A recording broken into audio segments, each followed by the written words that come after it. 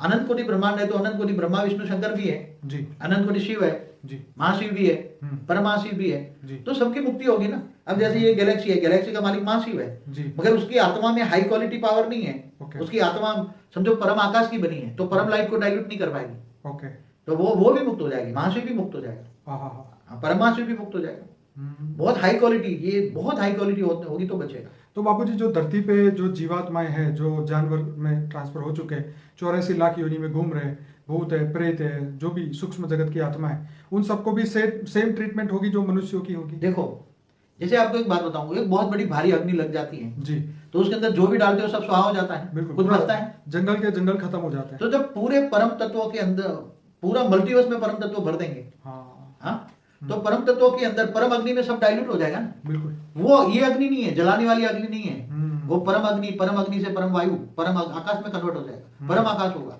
तो वो सुख देने वाली है, सुख देकर इतना विनाश जो होता है वो विनाश नहीं परिवर्तन का है। बाबूजी आप बहुत साल पहले एक गुजराती में नरसिंह मेहता की एक कविता बोलते थे, आपको याद होता है? हाँ सवारे उठो तो जगत दिखे नहीं। हाँ हाँ हाँ हाँ हाँ एक था, उसने ये बोला था जागीने जो तो जगत दिसे नहीं। हाँ तो मतलब वो नरसिंह मेहता ने कहा था जी कि मुझे उसको एक ऐसा वासना हुई, हाँ उसने ये बता कि अनंत को मतलब अनंत भाषे अनंत रूप जुजवे रूपे अनंत भाषे वेद माँ वेद तू तत्व माँ तत्व तू। जी तो उसने बताया था कि जब मैं जागीने जो तो जगत दिशे नहीं।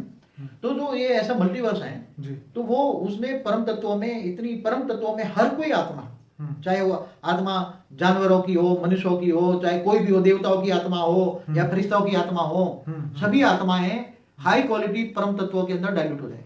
वो परम आकाश इतना हाई क्वालिटी होगा और परम आकाश के अंदर भी परम लाइट होगा तो परम लाइट के अंदर वो डाइल्यूट हो जाएगा। मैं आपको कहता हूँ गैलेक्सी का मालिक भी नहीं बचेगा, यूनिवर्स का भी मालिक नहीं बचेगा। पूरे मल्टीवर्स में आज जितनी भी संख्या है ना जनसंख्या, जैसे ग्रेट ग्रेट यूनिवर्स है ना तो परम परम परम महाशिव जो हम कहते हैं ना जी तो G6 के ऊपर वाली आत्मा ही बचेगी। कितनी? ओके जो हमारा मल्टीवर्स देखते होंगे उनको पता है जी G6 के ऊपर वाली आत्मा ही बचेगी, बाकी सब डाइल्यूट हो जाएगी, बाकी सबकी मुक्त हो जाएगी। बाकी तो 2% बचेगी पूरे मल्टीवर्स में। कितने?